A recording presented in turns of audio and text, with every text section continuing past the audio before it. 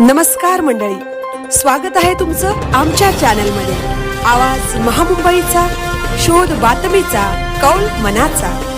चला तर मग आमचे चॅनल लाईक करा, शेअर करा आणि सबस्क्राइब करा। धन्यवाद। वन विभागाच्या लेखी आश्वासनाची पायमल्ली, 15 दिवस उलटूनही कारवाई शून्य, दोषींना अभय दिल्याचा आरोप। कल्याण वन परिक्षेत्र कार्यालयाने दिनांक 1 जुलै 2026 रोजी दिलेल्या लेखी पत्रामध्ये संबंधित प्रकरणाची चौकशी करून 15 दिवसांच्या आत योग्य ती कायदेशीर कारवाई करण्यात येईल असे स्पष्ट आश्वासन दिले होते। मात्र मुदत संपूनही आजपर्यंत कोणतीही ठोस कारवाई झाली नसल्याने वन विभागाच्या कार्यपद्धतीवर गंभीर प्रश्नचिन्ह निर्माण झाले आहे। पर्यावरण व पर्यटन संरक्षण बहुउद्देशीय संस्थांचे संस्थापक अध्यक्ष गोविंद प्रजापती यांनी आरोप केला आहे की वन विभागाने लेखी आश्वासन देऊनही त्याची अंमलबजावणी केली नाही। यावरून संबंधित दोषींना जाणीवपूर्वक अभय दिले जात आहे का असा प्रश्न उपस्थित होत आहे।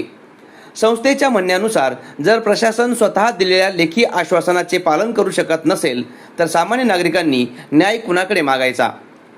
संबंधित प्रकरण दडपण्याचा प्रयत्न होत असल्याचा संशयही व्यक्त करण्यात आला आहे।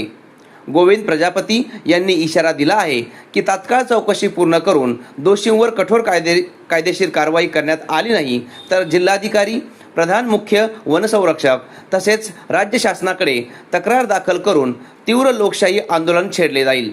कारण आमरण उपोषण बाबतचे पत्र हे CCF Thane, DCF Thane, ACF Thane, one विभाग यांना सुद्धा दिले आहे।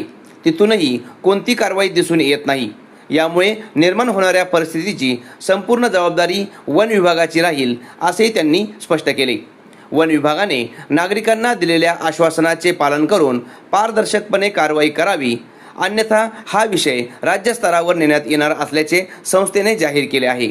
आवाज महामुंबईचा चॅनलसाठी धर्मेंद्र प्रधान, कल्याण।